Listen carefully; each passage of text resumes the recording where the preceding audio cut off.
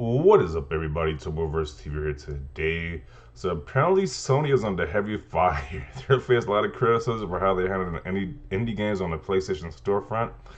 And so this is big news on Twitter, on social media. So this story is definitely very, very interesting because I didn't know this is how they treated their indie developers on the store. So as the article says, it says it's becoming a story as old as time, but Sony is once again under heavy fire for its handling of indie games on the PlayStation Store. Hiding behind the veil of Platform X, Ian Garner, the co-founder of publishing label Neon Doctrine, said that he's mad enough to burn some bridges, and said bridges will surely be burned as the story blows up in the media throughout the day. um, let me see. Let me go to the actual. Wait, let me go. Here we go. Because this is the actual tweet right here. And he says, okay, I'm mad enough to burn some bridges because honestly, what's the point of a bridge that I am not allowed to cross? So there is a thread about Platform X. I will not be defining Platform X, but it's the operator of a very successful console that does not have Game Pass. So you got three major console players, and it's not. We know it's not Xbox because he says it doesn't have Game Pass. So it's either Nintendo or Sony. So more than likely it's Sony. Some reason he can't say Sony, but we know it's Sony. Platform X gives developers no ability to manage their games. In order to get promotion, you must jump through hoops, beg and plead for any level of promotion. And a blog is not as good as they think it is. If Platform X doesn't like your game, no fanfare, no feature, no love. There's nothing you can do to fix this. Wish lists have no effect, so all your personal marketing means nothing to Platform X. All that matters is their evaluation. How is that evaluation done? Don't know. They don't share, nor will they share the value they ascribe to my game. So before you launch, you need to develop the game for Platform X, get through their incredibly difficult lot check spread over 3 generations of back-end software, submit a Platform X specific trailer, write a Platform X blog, which submit multiple forms for social media. For 3 and 4, you need to go through an account manager. When asked how to get an account manager, we were told, I'm not sure, they were assigned by resources. As we all know, there's no way to know what resource level you have been assigned. By the way, you cannot even do a launch discount without their approval, and it's very limited. That's right, you can't do the thing that every other platform does, meaning the Platform X owners will always get the worst deal. But don't worry, there's a way to guarantee you get featured. All you need to do is spend a very reasonable minimum of 25,000 US dollars to get featured, within 30% of your subsequent earnings. Bargain. So this is what right here is limited to like only major publishers and major publishers can get away with this, like the EA, the Activisions, the studios like that. But the small indie developers can't pay that 25,000, so they're screwed right there. Now, when your game is on the platform, likely without any support from Platform X, you may think no problem. I can sync up discounts on Platform X with Steam and others. Wrong. Discounts are invite only. Invites are only and also very limited. It's been literally years since we could put a title of ours on discount, and I spoke to some other very popular devs today, and they had the same experience. So even if your game does well at launch and thrives on other platforms, you may still never be invited. Who knows? In conclusion, Platform X is super successful and awesome hardware, but their backend and process is straight up out the early 2000s. I have no idea how to succeed on this platform, and they won't tell me. Even if I do succeed, they screw me anyway. So that's pretty crazy. That is pretty wild. Then in the article that he's referring to, because it was a big article that was launched like by different that's spreading on social media as well. They mentioned Microsoft as well in the article, but that's like another developer came out and said Microsoft has been very supportive of his indie game. Like this guy says right here. False. Microsoft has been extremely supportive of Deja Vu since we launched last year. How about a week of time on the front page of the store and new releases section? And it's currently the deals with Gold Sale. Besides their cut of the sales, everything from dev kits getting through certifications, inclusions, and sales, and being on the front page of the store was free. So thanks for sharing the info. Hope more people could come out with their experience on Xbox so the art could get fixed. Yeah, so it seems like Microsoft is more understanding than Sony, but Sony is being an a-hole about this stuff right here. So that is pretty wild. So back to this one article. He goes on to complain about the red tape surrounding product launches, which require small developers to gauge and copy his busy work, whereas in the generate platform-specific trailers and PlayStation blog copy text. Garner claims that developers aren't allowed to offer launch discounts without Platform X's approval and goes on to suggest that the organization charges $25,000 in order to secure a feature spot on the PlayStation Store. We asked Sony for comment. Yeah, so it seems like Sony makes you go through a lot of loopholes to promote your game on their store. That's just, I don't know.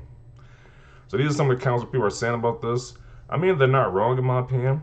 Next time you're unhappy about your game never being discounted on Platform X, we go to playing Platform X. No, I still complain to the devs and publishers they can discount the game even if they don't want to be part of an official sale. There's plenty of better PlayStation storefronts that track games on sale, and it's not uncommon for games to show up discounted on random days, not part of an official sale. Well, he's saying they're literally not allowed to adjust their price unless Sony specifically invites them to one of their promotions. He's not the only one to say it either. So it really does sound like it's out of their hands. Why does any dev think this is smart to put on social media? Are we 5 years old? Every console publisher has different rules related to how their business works. This again will spawn useless constant war propaganda all over social media. Really getting tired of this nonsense.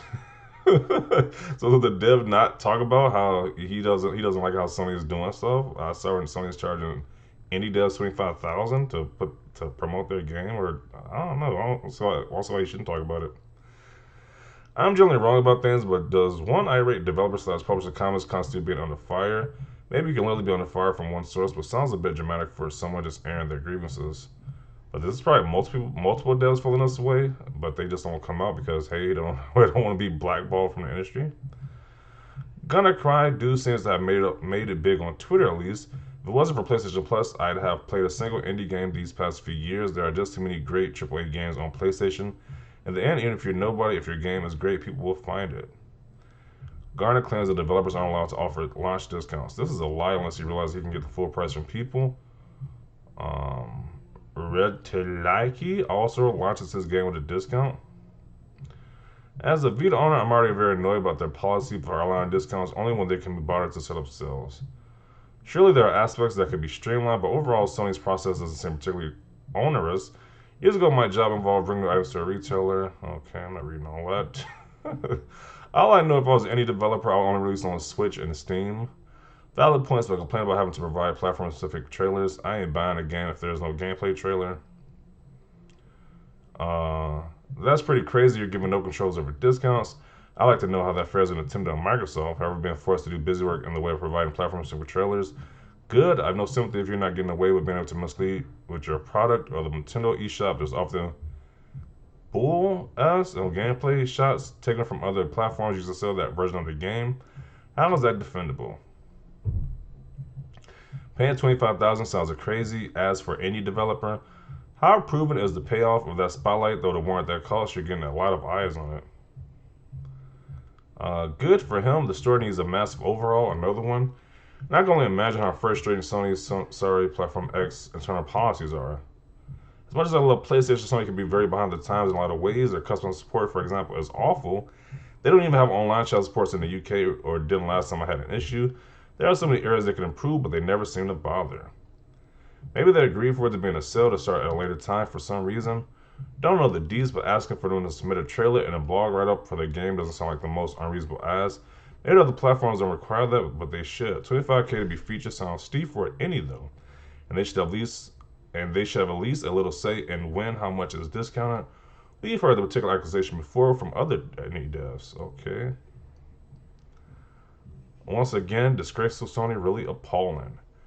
You want your game to succeed, use social media. It's 2021, not 2001. I do agree with that too. They should be using social media a lot more too to promote their game. Like get your game featured with some of these YouTubers, these big ones. It's like I would do that too, like especially on like social media, like Twitter and like stuff like that. Like you do have that advantage. If you didn't have it before in the 90s, you have social media. So he says it's not 2021, not 2000. It's 2021, not 2001. Creating social media buzz is the best thing. Go on podcasts, creative videos talking about the design choices in your game, live stream, guest star on a streamer's stream, showing the game off. There's other ways of getting your game out there that don't depend on Sony's rules. Meanwhile, his games will get buried under the mountains of shovelware and calculator apps on Switch. That is still a thing. They had a calculator app on Switch. They would charge $10 for a calculator app. I still remember that. I covered that story too. My point is there are issues across all platforms, and it's a poor business decision to publicly air your grievances on the internet. There are better ways of raising this with Sony, surely. I agree that some of the info sounds like it must be really frustrating, particularly for smaller devs. We've seen countless examples over the past year, but this isn't the way to resolve the issue. I don't know if these specific complaints are the issue, but we've heard from multiple devs that it's uniquely hard to sell indie games on the PS4, and that's bad for me as a consumer. Maybe the store needs some revamping so games are more discoverable. Yeah, they should have a bigger section for like indie games or like a showcase for like indie games of the week or something like that to promote these indie games. Um, no, it's their platform. They can do what they want with it, charge what they want for it. If you don't like it, you can go to a different platform. I'm all for better relations between Sony and indies, but honestly, if your game's only meaningful promotion is through the store, then you're doing it wrong. Uh, let's see. This is exactly why indies sell best and have higher sales figures on Nintendo. That is, I mean, I don't know. Maybe that might be a cool, interesting theory right there, because I heard indie games do extremely well on Nintendo Switch, so that may be a reason why. Most indie games are pointless garbage anyway, so meh. Uh, I got tired of sifting through the eShop titles. It feels like I'm on one of those freeware sites. Also, it's great for consumers to get a platform-specific trailer so they know how it works on the hardware, especially since demos aren't a thing anymore. Yeah, I hate going through. That is one negative about the eShop. When you go to the eShop, there's a lot of different indie games. A lot of these games are like complete trash, for just being honest. So I'm glad that they have like a best sellers list. So you can select the best selling games, like the top games, because going to the eShop is definitely a pretty dreadful experience. It's a terrible experience because a lot of those games are trash. It's like some $1 PS like freeware games that nobody cares about. Uh, I feel bad for small devs, for small indie devs. They already have it hard enough as it is trying to stand out, and this is how they're treated. It's even worse for them. I wouldn't exactly say the other marketplaces are any better, since most of the eShop have to discount their games like $2 to stand out. Um, but it's just a hard business out of crack nowadays, incredibly competitive. So I'm gonna conclude it right here. This video is getting pretty long, so I'm concluded right here. It says, hey, I definitely want to see your thoughts down below about this situation. Do you think Sony is in the wrong? Do you think they're in the right? It's their platform, they can do what they want. Let me know down below. Leave a like if you like this video. As always, thanks for watching, and peace.